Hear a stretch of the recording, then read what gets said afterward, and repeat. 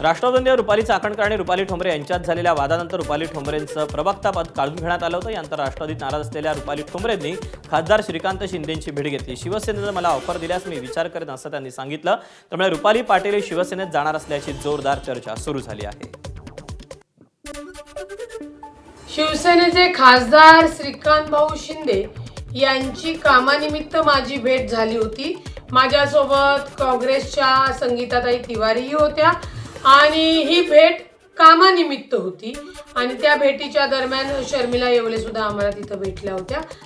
शिवसेनेने अद्याप तरी मला कोणती ऑफर दिलेली नाही। त्यांनी जर मला काम करणाऱ्या कार्यकर्त्याला चांगली ऑफर दिली तर मी त्याच्यावर विचार करेल।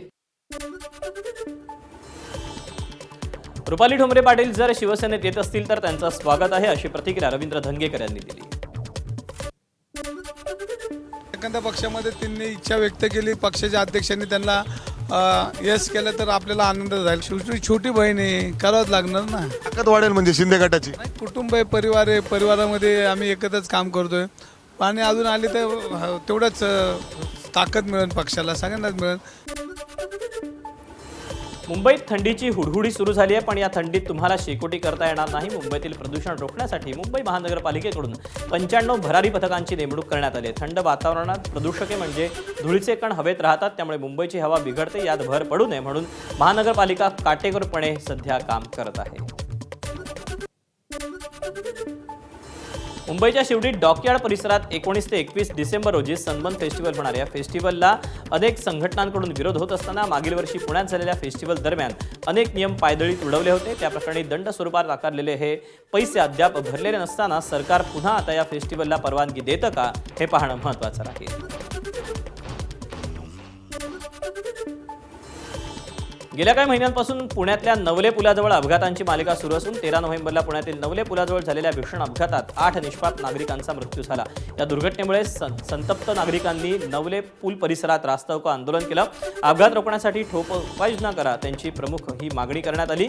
नवले पूल परिसरात अपघात थांबवण्यासाठी सरकार आणि प्रशासन नेमकी कोणती ठोस पावलं उचलणार, ती कधी अंमलात आणणार हे प्रश्न अद्याप अनुत्तरितच आहे।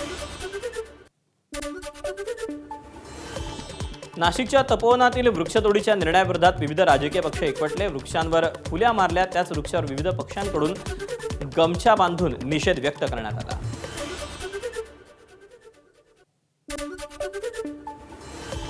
नाशिकच्या तपोवनातील झाडं वाचवण्यासाठी नाशिककर कमालीचे आक्रमक झालेत। या आंदोलनाचा आता ठाकरेंची शिवसेना आणि हिंदू महासभेनं देखील उडी घेतली। तपोवनात ठाकरेंच्या शिवसेनेकडून आंदोलन करण्यात आलं। अखिल भारत हिंदू महासभेच्या वतीनं तपोवनात वृक्षतोडीच्या विरोधात निषेध करत झाडांची पूजा करण्यात आली। हिंदू महासभेच्या पदाधिकाऱ्यांकडून झाडांची पूजा करून हनुमान चालीसा पठण करण्यात आलं। हनुमान चालीसा म्हणत हिंदू महासभेच्या पदाधिकाऱ्यांकडून आंदोलन करण्यात आलं। श्रीलंकेत धुमाकूळ घातलेलं दितवा चक्रीवादळ भारताच्या समुद्र किनाऱ्यावर धडकणार आहे। तामिळनाडू, पुद्दुचेरी, आंध्र प्रदेशला अलर्ट जारी करण्यात आला। तामिळनाडूच्या अनेक भागात तुफान पाऊस झाला। चेन्नई एअरपोर्टवरील 36 देशांतर्गत आणि 11 आंतरराष्ट्रीय उड्डाणं रद्द करण्यात आली आहेत। श्रीलंकेतील चक्रीवादळातील मदतीची भारतानं जबाबदारी घेतली। वादळग्रस्त भागात बचाव कार्य सुरू आहे। 2 चेतक हेलिकॉप्टर बचाव कार्य करत आहेत। भारतानं श्रीलंकेला मदत साहित्य पाठवले। सतेचल श्रीलंकेनं आंतरराष्ट्रीय मदतीची मागणी केली।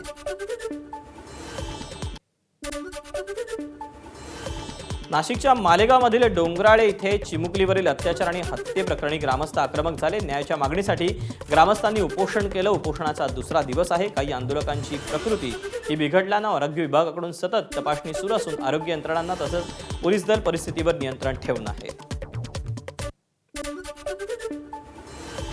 मालेगावात डोंगराळे गावात चिमुकलीवर झालेल्या अत्याचाराच्या निषेधार्थ जालन्यात सकल हिंदू समाज आणि सोनार समाजाच्या वतीनं मूकमोर्चा काढण्यात आला। महिला आणि मुलींना संरक्षण द्या, तसंच डोंगराळे गावात चिमुकलीवर अत्याचार करणाऱ्या नरधमाला फाशीची शिक्षा द्या, यासह इतर मागण्यांसाठी हा मोर्चा काढण्यात आला।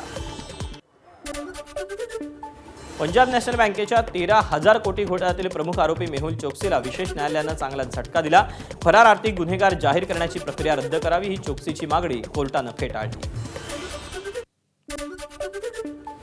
पंतप्रधान नरेंद्र मोदी आणि मुख्यमंत्री योगी आदित्यनाथ यांना शिवीगाळ करणाऱ्या व्यक्तीला अटक करण्यात आली. मुंबईच्या साकी नाक्यामध्ये गाडी पार्क करण्यावरून 2 गटात शिवीगाळ आणि राडा झाला. यावेळी आरोपीनं चक्क पंतप्रधान मोदी आणि योगी आदित्यनाथ यांना शिवीगाळ केली होती.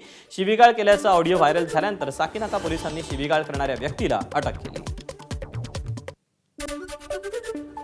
मुंबईच्या जोगेश्वरी पूर्व ते मेघवाडी पोलीस स्टेशनच्या शेजारी सुरू असलेल्या बांधकाम इमारतीच्या 18व्या मजल्यावरून कामगार खाली पडल्याची घटना घडली. या अपघातात 47 वर्षीय कामगाराचा मृत्यू झाला.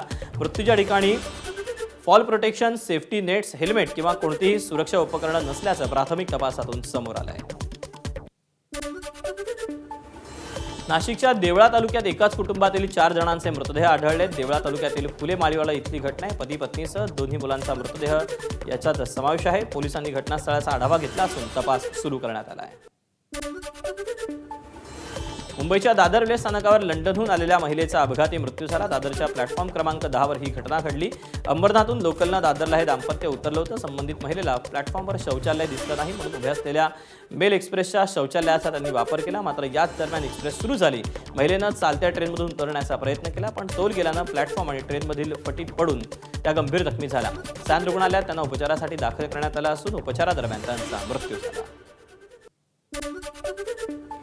पुण्याच्या कल्याणी नगरमध्ये भीषण अपघात झाला. वेगात येणारी कार पार्किंगमधल्या अटेंडंटला येऊन धडकली. यामुळे एक जण गंभीर जखमी झाला. सांगली जिल्ह्यातून किल्ले रायगडच्या दिशेनं जाणाऱ्या भागामध्ये मिनी बस उलटली. विद्यार्थ्यांना सहलीला घेऊन जाताना नांदगाव बुद्रुक इथं मिनी बस उलटली. अपघातात एकूण 6 जण जखमी झालेत. यामध्ये 4 विद्यार्थिनी, 1 शिक्षक आणि बस चालकाचा समावेश आहे. यवतमाळच्या आर्णी मार्गावर वाघाडीमध्ये चालकाचं नियंत्रण सुटल्यानं ट्रॅव्हल्सचा अपघात झाल्याची घटना घडली. भीषण अपघातात एकाचा मृत्यू झाला तर 10 प्रवासी गंभीर जखमी झाले असून त्यांना उपचारासाठी यवतमाळच्या शासकीय रुग्णालयात दाखल करण्यात आलेलं आहे. पुण्याच्या शिरूर तालुक्यातील पिंपरी दुमाला इथल्या जिल्हा परिषद प्राथमिक शाळेत बिबट्या शिरल्याने एकच खळबळ उडाली. पहाटे रहिवाशांना शाळेच्या छतावर हालचाल जाणवली. पाहणी केल्यानंतर छतावर बिबट्या आढळला. या घटनेचं सीसीटीव्ही फुटेजही समोर आलंय. नाशिकच्या सटाणा तालुक्यात सौंधाण्या मुंजवाड रस्त्यावरील रस्त्याच्या मध्यभागी संध्याकाळच्या दरम्यान एक बिबट्याचं पिल्लू आढळलं. आमदार दिलीप बोरसे हे मतदारसंघाचा दौरा करत असताना त्यांना हे लक्षात आलं. प्रथमदर्शनी जखमी असल्याचा संशय त्यांना आला. आमदार बोरसे आणि स्थानिकांनी प्रसंगावधान राखून त्याला रस्त्याच्या कडेला सुरक्षित स्थळी हलवलं. त्यानंतर वन विभागाच्या अधिकाऱ्यांना संपर्क करून संपूर्ण माहिती देण्यात आली. गोंदिया जिल्ह्यात बिबट्यानं हैदोस घातला. तिरोडा तालुक्यात इंदोरा निमगाव इथे बिबट्याच्या हल्ल्यात 9 वर्षीय चिमुकलीचा मृत्यू झाला. रुची देवानंद पारधी असं चिमुकलीचं नाव असून वडिलांसोबत शेतात गेली असताना दबा धरून बसलेल्या बिबट्यानं तिच्यावर हल्ला करून तिला काही अंतरावर फरफटत नेलं. रुचीचा रडण्याचा आवाज ऐकून तिचे वडील आणि आजूबाजूच्या शेतात काम करत असलेल्या शेतकऱ्यांनी आरडाओरड केला. 2 महिन्यांपूर्वी मोरगाव अर्जुनीमध्ये बिबट्याच्या हल्ल्यात 5 वर्षीय चिमुकल्याचा मृत्यू झाला होता. चंद्रपूरमध्ये रेल्वेच्या धडकेत वाघिणीचा मृत्यू झाला. राजुरा तालुक्यातील विहिरगाव इथे ही घटना घडली. मयत वाघीण 3 ते 4 वर्षांची असल्याची प्राथमिक माहिती. जळगावमध्ये महसूल कर्मचारी रात्रीच्या वेळी वाळूवर कारवाईला जात असताना मुक्ताईनगर रस्त्यावर पट्टेदार वाघ दिसला. वाघाला पाहून महसूल कर्मचाऱ्यांची तारांबळ उडाली. सतत या मार्गावर बिबट्या, वाघ नागरिकांना दिसत असल्यानं सध्या गावकऱ्यांमध्ये, ग्रामस्थांमध्ये भीतीचं वातावरण आहे. जम्मू काश्मीरच्या श्रीनगरमध्ये अस्वलाची दहशत पाहायला मिळते. रस्त्याच्या मधोमध अस्वल आढळलं. यामुळे नागरिकांमध्ये भीतीचं वातावरण निर्माण झाले. अस्वलाचा बंदोबस्त करण्याची मागणी करण्यात आली. एअरबस A320 या विमानामधील सॉफ्टवेअर अपडेट करण्याचं काम सुरू करण्यात आलं. इंडिगोच्या सगळ्या 210 विमानातील सॉफ्टवेअर अपडेट करण्याचं काम सुरू आहे. तर एअर इंडियाच्या 50% विमानातील सॉफ्टवेअर अपडेट झाल्याची माहिती मिळते. व्हॅटिकनमध्ये नाताळ उत्सवाच्या तयारीसाठी सेंट पीटर स्क्वेअरमध्ये मोठं झाड उभारलंय. व्हॅटिकन यावर्षीच्या नाताळाची उत्सवाची जय्यत तयारी सुरू करण्यात आली. सेंट पीटर स्क्वेअरच्या मध्यभागी 27 मीटरचं उंच झाड उभारलंय.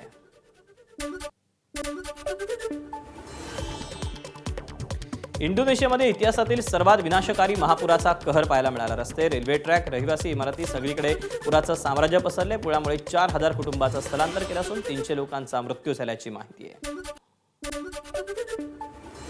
कॅलिफोर्नियात स्कॉटकन भागात गोळीबार झाला. हल्लेखोरांना बर्थडे पार्टीत बेछूट गोळीबार केला. या घटनेत 4 जणांचा जीव गेला तर 10 जण जखमी झाले. 20 वेगवेगळ्या देशातील 104 स्कायडायव्हर्सच्या गटानं फ्लोरिडाच्या लेक वेल्सवर विक्रम केला. शेकडो स्कायडायव्हर्सनी हजारो फूट उंचावर अनोखी कलाकृती साकारली. स्कायडायव्हर्सचा हा व्हिडिओ सोशल मीडियावर व्हायरल झाला आहे.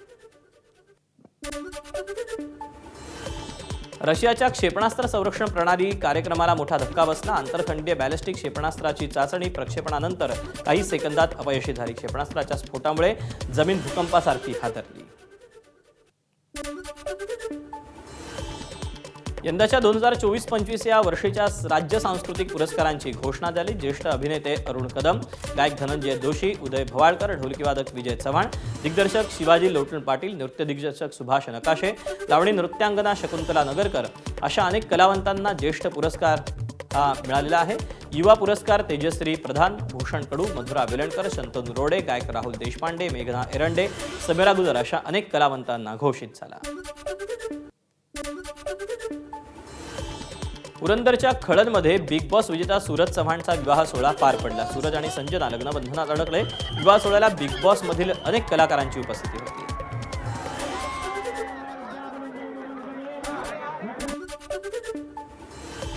दक्षिण आफ्रिकेविरुद्धच्या रांची वनडेत भारतानं 8 बाद 349 धावांचा डोंगर उभारला. या सामन्यात विराट कोहलीनं खणखणीत शतक ठोकलं. विराटचं वनडे कारकिर्दीतलं हे 52वं शतक ठरलं. या सामन्यात सलामीचा यशस्वी जयस्वाल स्वस्तात माघारी परतल्यानंतर विराट फलंदाजीला मैदानात उतरला. त्यानंतर त्यानं रोहित शर्मासह 136 धावांची भागीदारी साकारली. रोहित 57 धावांवर बाद झाल्यानंतर विराटनं खेळाची सूत्र आपल्या हाती घेत भारतीय डावाला आकार दिला. त्यानं 120 चेंडूत 11 चौकार आणि 60 षटकारांसह 135 धावा केल्या. डोंबिवली पूर्वेतील कुंभारखांड पाडा गणेश घाटावर शिवसेना आणि भाजपचे कार्यकर्ते आमनेसामने आले होते. गणेश घाटाच्या उद्घाटनावरून शिवसेना भाजपात वाद झाला. भाजपचे प्रदेशाध्यक्ष रवींद्र चव्हाण यांच्या हस्ते उद्घाटन होणार होतं. स्थानिक शिवसेना नेते विकास म्हात्रेंच्या कार्यकर्त्यांनी उद्घाटनाला विरोध केला. यावेळी कार्यकर्त्यांकडून जोरदार घोषणाबाजी करण्यात आली. मुंबईच्या प्रभादेवीत साई सुंदरमध्ये माजी नगरसेवक समाधान सरवणकर आणि स्थानिक यांच्यात वाद झाला. इमारतीमध्ये तात्पुरत्या उभारण्यात आलेल्या शाखेवर वाद झाला. शिंदेंच्या सेनेचे माजी नगरसेवक समाधान सरवणकर यांचं तात्पुरतं कार्यालयाचं शेड बांधत असल्यानं स्थानिकांनी याला विरोध दर्शवला. 5 वर्ष नगरसेवक होता, त्याला मोठमोठे बोर्ड लावावे लागतात. आता त्याचं उत्तर आम्ही 2 दिवसात देतो आणि खरोखर त्यांना जर दम होता तर थोडा वेळ थांबायचा. आम्ही सगळेजण इथे येत होतो, पाहिल्यासारखा पळायला येतो. त्याला सांगा की इथे या, समोरासमोर भीड काय ते, आणि असे लोकांना त्रास होण्यासारखं काम करू नको. साई सुंदर नगर पेठेचा मी सेक्रेटरी आहे. इथे माझी बिल्डिंग आहे, बिल्डिंगचा अध्यक्ष आहे आणि सर्व कमिटी मेंबर आहे. आम्हाला ती शेड नको होती कारण 5 ब्रिगेडला जाण्याचा रस्ता आहे. हा मनमानी करून स्वतःच्या कार्यकर्त्यांसाठी तो शेड बांधत होता. ज्यावेळी आम्ही त्यांना इज्जतमध्ये सांगितलं की तुम्ही शेड बांधू नका, स्थानिक रहिवाशांना त्रास होईल म्हणून, तर त्यांनी आम्हाला डायरेक्ट उकडायची वार्ता केली. तुम्ही काय माझी उकडायची उकडा. आता जेव्हा आम्ही तर कुठल्या पक्षाला इन्व्हॉल्व नव्हतं केला, परंतु त्यांचे एवढे भाराभर लोक आल्यानंतर सुद्धा हे पळाले येते. त्याच्यात हिंमत होती तर समोर येत आम्ही स्थानिक उतरलेलो तिथे. पालघर नगरपरिषद निवडणुकीत वॉर्ड क्रमांक 14 मध्ये फ्रीस्टाईल हाणामारी झाली. भाजपचे पदाधिकारी अशोक अंबुरे यांच्या जनसंपर्क कार्यालयात मंडपातच भाजप कार्यकर्ते एकमेकांविरोधात भिडले. दरम्यान या प्रकरणी पालघर पोलीस स्टेशनमध्ये गुन्हा दाखल करण्यात आला असून पोलीस घटनेचा तपास करत आहेत. राष्ट्रवादी काँग्रेसच्या अजित पवार आणि शरद पवारांच्या राष्ट्रवादीतील कार्यकर्ते काही ठिकाणी एकत्र येऊन निवडणूक लढवत आहेत. अशीच समीकरणं येत्या पुणे महापालिका निवडणुकीत देखील पाहायला मिळू शकतात. मात्र या शक्यतेला शरद पवारांच्या राष्ट्रवादीचे शहराध्यक्ष प्रशांत जगताप यांनी विरोध दर्शवला. दोन्ही राष्ट्रवादी एकत्र येणार असतील तर मी माझ्या पदाचा राजीनामा देईन आणि राजकारणातून बाहेर पडेन असा इशारा त्यांनी दिला आहे. आदरणीय पवारसाहेब असतील, आदरणीय अजितदादा असतील, आदरणीय सुप्रियाताई असतील, ह्या तिघांवर माझं प्रेम होतं, आहे, उद्यासुद्धा राहील. आदरणीय पवारसाहेबांवर तर माझी श्रद्धा होती आणि ती मरेपर्यंत राहील. मी कुठे असू किंवा कुठे नसू. पण या संदर्भात माझं म्हणणं असं की 2023ला भीषण परिस्थितीमध्ये सगळ्या प्रकारचं टेन्शन माझ्या अंगावर असून सुद्धा मी पवारसाहेबांची साथ सोडली नाही. आज मात्र जर दादा ताई एकत्र येणार असेल तर माझा विरोध असण्याचं काही कारण नाही. ज्या दिवशी या तथाकथित दोन्ही राष्ट्रवादीच्या आघाडीची अधिकृत घोषणा होईल किंवा चर्चेची पहिली फेरी चालू होईल, त्या दिवशी माझा मी शहराच्या अध्यक्षपदाचा आणि मे बी पक्षाचा राजीनामा देईल. दरम्यान प्रशांत जगताप यांनी राजकारणातून बाहेर पडू नये असा सल्ला रवींद्र धंगेकरांनी दिला. प्रशांत दादांनी महापौरपद सांभाळलं, PMPL मधलं चेअरमन पद बी त्यांच्याकडे होतं आणि नगरसेवक म्हणून बरेच काळ हे पुण्यनगरीत काम केलेलं आहे. एक बांधणी त्यांनी पक्ष बांधणी पुणे शहरात केली. आणि रात्रीचा दिवस करून त्यांनी पक्ष उभा करण्यासाठी प्रयत्न केलेत. पण एक पुणेकर म्हणून आणि एक कार्यकर्ता म्हणून आपण त्यांच्या बाजूने उभं राहिलं पाहिजे. एक सहकारी म्हणून त्याला आपण एक सल्ला दिला पाहिजे की देणारच आहे सल्ला आणि उद्यापटे तर घरी जाणार आहे की तुम्ही असं काय निर्णय घेऊ नका. अकलूज नगरपालिकेसाठी मोहिते पाटील यांच्या पॅनलची सांगता सभा पार पडली. या सभेत शरद पवारांच्या राष्ट्रवादीचे मेहबूब शेख यांनी तुफान टोलेबाजी केली. यावेळी त्यांनी उपमुख्यमंत्री अजित पवार आणि पालकमंत्री जयकुमार गोरे यांची खिल्ली उडवली. अजित पवार हे आपण शाहू फुले आंबेडकर यांच्या विचारावर चालत असल्याचं सांगतात. मात्र त्यांची अवस्था गल्लीत गोंधळ आणि दिल्लीत मुजरा या चित्रपटाप्रमाणे झाल्याचं म्हणत शेळकेंनी अजित पवारांची खिल्ली उडवली. कसं झालंय मकरंद एक पिक्चर आहे, गल्लीत गोंधळ दिल्लीत मुजरा. बघितलाय का आपण? जानकर साहेब कसं झालंय यांचं? दिल्लीत मोदी शहाला म्हणायचं हम साथ साथ है, मुंबईत देवेंद्र फडणवीसांना म्हणायचं हम साथ साथ है, आणि अकलूजच्या गल्लीत आलं की भाजपला म्हणायचं हम आपके है कोण. ज्यांचा आडनाव गोरे पण धंदे सगळे काळे. सोलापूरच्या माळशिरसमध्ये जयसिंग मोहिते पाटील यांनी गौप्यस्फोट केला. राम सातपुते यांनी त्यांना विधानसभेला आतून मदत करण्यासाठी 35 कोटी रुपयांची ऑफर आपल्याला दिली होती. तसंच निवडणुकीला 4 दिवस उरले असताना ही ऑफर 50 कोटी रुपयांपर्यंत गेली होती, असा गौप्यस्फोट जयसिंग मोहिते पाटील यांनी अकलूज प्रचारच्या सांगता सभेत केला. अकलूज नगरपालिकेत नगराध्यक्षासह सर्व 26 उमेदवार मोठ्या मताधिक्यानं जिंकणार असा दावा जयसिंग मोहिते पाटील यांनी केला आहे.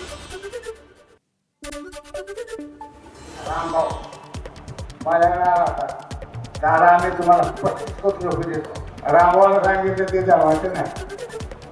अकलूजमध्ये बारक्या पुराला सुद्धा मी पाडतो. मला ते देवेंद्र फडणवीस साहेब मिळून घेतले. नगर परिषद आणि नगरपंचायत निवडणुकीसाठी काँग्रेसनं भली मोठी 40 स्टार प्रचारकांची यादी तयार केली. मात्र यातील प्रदेशाध्यक्ष हर्षवर्धन सकपाळ वगळता एकही स्टार प्रचारक राज्यभर प्रचारासाठी फिरताना दिसत नाही. स्टार प्रचारकांच्या यादीत सर्वात वरती नाव प्रभारी रमेश चेन्नीथलांचं होतं. मात्र चेन्नीथलांनी एकही सभा घेतली नाही. विजय वडेट्टीवार, छत्रपती शाहू महाराज, सतेज पाटील, पृथ्वीराज चव्हाण, बाळासाहेब थोरात, नाना पटोले, नितीन राऊत, यशोमती ठाकूर, माणिकराव ठाकरे हे मोठे नेते राज्यात त्यांचा जिल्हा सोडला तर इतरत्र कुठेही फिरताना दिसले नाही. काँग्रेसचे प्रवक्ते अतुल लोंढेंनी यावर एक अजब तर्क लढवला. काँग्रेसकडे स्टार प्रचारकांची मोठी फौज आहे, त्यामुळे नेते आपापल्या भागात लक्ष केंद्रित करत असल्याचं अतुल लोंढे म्हणाले. रमेश चेन्नीथला साहेब केरळमध्ये निवडणुका आहेत, त्यामुळे ते तिथे बिझी आहेत. पण त्यांनी निवडणुका या संदर्भामध्ये सगळ्या तयारीचा आढावा घेतलेला आहे. आता आपण पाहिलं असेल प्रदेशाध्यक्ष सन्माननीय हर्षवर्धन सकपाळ साहेब पूर्ण महाराष्ट्र फिरले, मराठवाडा फिरले, पूर्ण विदर्भ फिरले, पश्चिम महाराष्ट्र, उत्तर महाराष्ट्र सगळीकडे ते फिरले. मी स्वतःसुद्धा स्टार प्रचारक आहे आणि मी बुलढाणा जिल्हा असेल, खामगाव असेल, मेकर असेल, वर्धा असेल, भंडारा असेल आणि आता आपल्या नागपूर जिल्ह्यामध्ये उद्या माझ्या काही सभा आहेत. तर या सगळ्या ठिकाणी सभा करतात. त्या प्रत्येकजण आपापल्या परीनं जिथे जिथे ज्याची गरज आहे तसं तसं लोक बोलवत आहेत. 2 तारखेपर्यंत युती टिकवायची आहे म्हणणाऱ्या भाजप प्रदेशाध्यक्ष रवींद्र चव्हाणांनी आणखी एक मोठं वक्तव्य करत शिंदेंना डिवचण्याचा प्रयत्न केला. 2 नंबरला काहीही किंमत नसते, तो 2 नंबरच असल्याचं सांगत रवींद्र चव्हाणांनी मुख्यमंत्री फडणवीसांचं कौतुक केलं. त्यामुळे शिवसेना विरुद्ध रवींद्र चव्हाण हा वाद आणखी पेटला आहे. बरेच मोठमोठी पदं मी भूषवली, परंतु ही पदं भूषवली आणि मी हा प्रयत्न केला की नंबर 1 होण्याचा, परंतु मी काही नंबर 1 होऊ शकलो नाही. मी नंबर 2च आहे असं त्यांनी ते म्हटलं. चव्हाणांच्या वक्तव्यावरून निलेश राणेंनी प्रत्युत्तर दिलं. कोडवडमध्ये धमका देणाऱ्या रवींद्र चव्हाणांना घमेंड आली, मात्र ती उतरवली जाईल. अशा अनेकांची घमेंड महाराष्ट्रानं उतरवल्याचं निलेश राणे म्हणाले. रोज जे कोडवडमध्ये जे धमकी देत आहेत ना, ते एकदा उघडच देऊन टाका ना. माझं म्हणणं आहे चव्हाण साहेब, कोडवडमध्ये का धमकी देत नाही? आपण शिवरायांचं नाव घेतो की नाही? बोलून टाका बिंदास. कोणाला घाबरताय आपण? कोडवडमध्ये धमकी नका देऊ. सन्माननीय फडणवीस साहेबांचं नाव घेऊन तुम्ही त्यांचं नाव नका खराब करू. महायुतीच्या नेत्यांमध्ये चढाव दिसत असल्याचं किशोरी पेडणेकरांनी म्हटलंय. आता चालली असं विचारण्यापेक्षा दिसते आहे. मी वरचढ की तू वरचढ. आणि त्यांचे मोठे पदाधिकारी ते म्हणतात आहे फक्त 1 नंबरलाच किंमत असते. आता 2 वाले 3 वाले कसे किमती वाढवतील माहिती नाही बाबा. त्यास तुम्ही दोबार मतदार. सिंधुदुर्गात महायुतीत धुपछात पाहायला मिळते तर दुसरीकडे मंत्री नितेश राणेंनी एकनाथ शिंदेंना काही सवाल केले. शिंदेंचे कार्यकर्ते ठाकरेंच्या जिल्हा प्रमुखाच्या प्रचाराला जातात, त्यामुळे उठाव का केला होता याचं उत्तर शिंदेंना द्यावं लागेल असं नितेश राणेंनी म्हटलं. तर ठाकरेंच्या शिवसेनेचे जिल्हा प्रमुख संदेश पारकरांसाठी शिंदेंचे नेते प्रचारात का उतरले याचं उत्तर शिंदेंनी द्यावं अशी मागणी राणेंनी केली. त्या शिवसेनेच्या कार्यकर्त्यांवर सहकार्यानं अन्याय केला म्हणून ते सांगतात आणि म्हणून त्यांनी उठाव केला. पण आता अगर त्यांच्याच जिल्हा प्रमुखांसाठी येऊन त्यांचेच नेते मंडळी अगर प्रचार करत असतील तर मग मुळामध्ये उठावाला काय अर्थ होता का हा प्रश्न आता सिंधुदुर्गकर नाही, आता महाराष्ट्राची जनता विचारते. शिवसेनेच्या अधिकृत जिल्हा प्रमुख संदेश पारकरांसाठी शिंदे सेना का उतरली, शिंदे सेना का प्रचार करते याचं उत्तर कधी ना कधीतरी एकनाथ शिंदेजींना द्यायला लागेल. ठाकरेंच्या शिवसेनेच्या नेत्या किशोरी पेडणेकरांनी उपमुख्यमंत्री एकनाथ शिंदेंची नक्कल केली. संगमनेरमध्ये प्रचार सभेवेळी शिंदेंनी उद्योगमंत्री उदय सामंतांना फोन लावून एमआयडीसी संदर्भात चर्चा केली. एमआयडीसी संदर्भात जनतेला आश्वासन दिलं होतं, त्याच प्रकाराची किशोरी पेडणेकरांनी नक्कल करत खिल्ली उडवली. लोकांना कसा बनवी करायचं. हां काय MIDC कुठे देणार ना बघा. हा द्यायची. अरे MIDC काय खेळणं आहे. 4 वर्षात झाली नाही तुमच्या, त्याच्या आधी तुमच्याकडेच होतं ना नगर खातं. 4-4.5 वर्षात झाली नाही. हां बरं मग माझा शब्द गेला नाही पाहिजे. काय त्या तिथल्या लोकांना म्हणजे मतदारांची कीव करावी वाटते. महायुतीतील कुरबुरींचे पडसाद दिल्लीतही पाहायला मिळतात. सर्वपक्षीय खासदारांच्या बैठकीला अजित पवारांच्या राष्ट्रवादीचे प्रतिनिधी उपस्थित होते, तर शिवसेनेकडून गटनेते श्रीकांत शिंदेऐवजी नरेश म्हस्के सर्वपक्षीय बैठकीला उपस्थित राहिल्यानं चर्चांना उधाण आलं. मात्र राज्यात निवडणुका असल्यानं बैठकीला उपस्थित राहता आलं नाही असं स्पष्टीकरण सुनील तटकरेंनी दिलं. याबाबत आपण वरिष्ठ नेतृत्वाला कळवलं होतं अशी माहिती त्यांनी ABP माझाला दिली.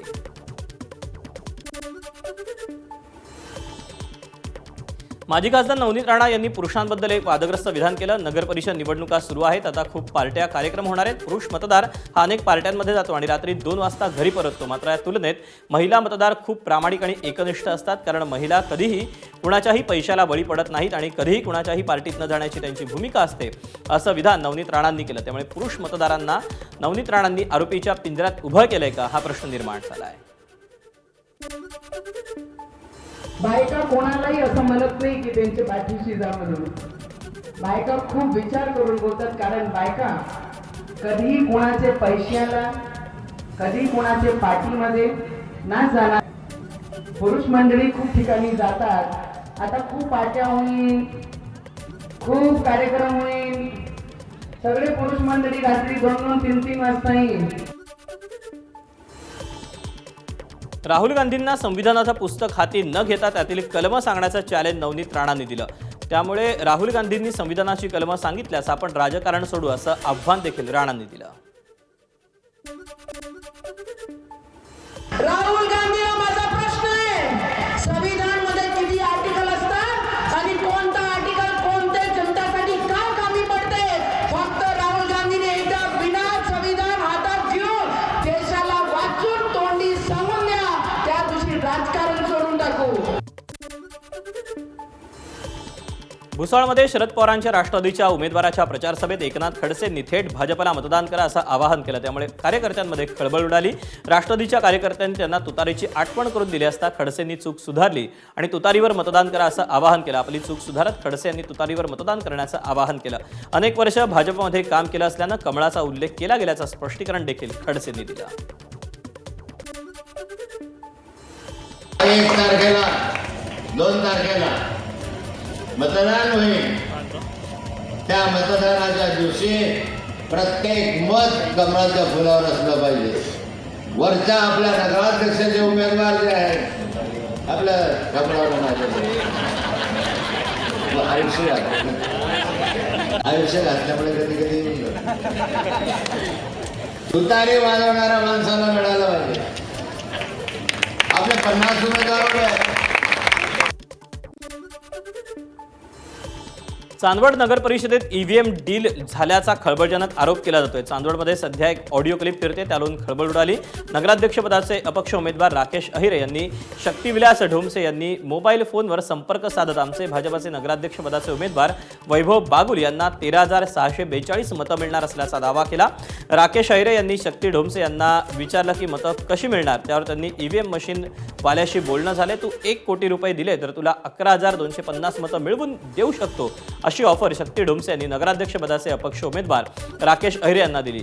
या संवादाची ऑडिओ रेकॉर्डिंग सध्या चांदवडमध्ये सोशल मीडियात मोठ्या प्रमाणात व्हायरल होते. ही ऑडिओ रेकॉर्डिंग निवडणूक आयोग आणि चांदवड पोलिसांना देत तक्रार दाखल करण्यात आलेली आहे. 13,642 वोटिंग पडतील. मी त्याला हे पण विचारलं की एवढं तू शाश्वती कशी देतोय, तर त्याचं म्हणणं झालं की मी मशीनवाल्याशी बोललेलो आहे म्हणून. मी त्याला म्हटलं मशीनवाला म्हणजे तो म्हणतोय EVM-वाला. आणि त्याची मागणी माझ्याकडे अशी आहे की तू जर कधी मला 1 कोटी जर अमाऊंट दिली तर मी 11,15,000 वोटिंग तुझ्यासाठी मिळवून देईल. मुंबई महापालिका निवडणुकीसाठी शिंदेंची शिवसेना कामाला लागली. महापालिकेत उपमुख्यमंत्री शिंदेंचे पालकमंत्री कार्यालय असणारे, यासाठी BMCतील मंगलप्रभात लौढांच्या कार्यालयाची जागा शिंदेंकडे असेल. पुढील आठवड्यापासून शिंदेंचं मनपातलं कार्यालय सुरू होणार आहे. शिंदेंचे कर्मचारी या कार्यालयात असतील आणि नागरिकांच्या समस्या ऐकून घेतील.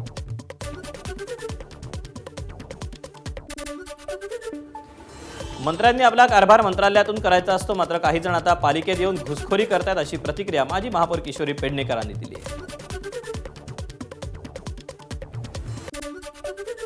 महापालिकेमधली जी व्यवस्था आहे ती तिथल्या असलेल्या नगरसेवकांसाठी असते.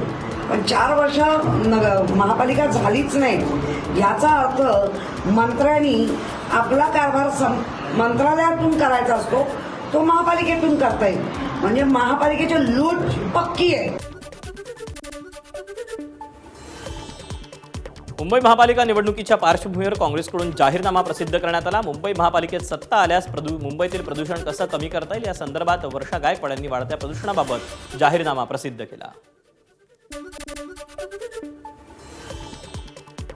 कल्याण डोंबिवलीमध्ये मनसेचे 2 नगरसेवक भाजपच्या गळाला लागलेत. मनसेचे डोंबिवली जिल्हाध्यक्ष प्रकाश भोईर आणि त्यांच्या पत्नी माजी नगरसेविका सरोज भोईर यांनी शेकडो पदाधिकारी आणि कार्यकर्त्यांसह भाजपात प्रवेश केला. रवींद्र चव्हाणांच्या उपस्थितीत पक्षप्रवेश पार पडला. माझं संपूर्ण राजकारण हे प्रभागातील नागरिक आणि प्रभागातील कार्यकर्ते यांच्यावर आधारित आहे. जेव्हा जेव्हा माझ्यावर कुठलीही परिस्थिती आली, या नागरिकांनी या लोकांनी मला टारलं तर मी 8 दिवस फिरतो या लोकांकडे, सगळ्या नागरिकांकडे फिरलो, सर्व सोसायटींकडे. मला एकही माणूस असं बोलला नाही पक्षांतर करताना की इतर कुठल्या पक्षात जायचं. रविदादा आहे, बिंदात जा, चांगला निर्णय घेतोस. ABP माझा, उघडा डोळे बघा नीट.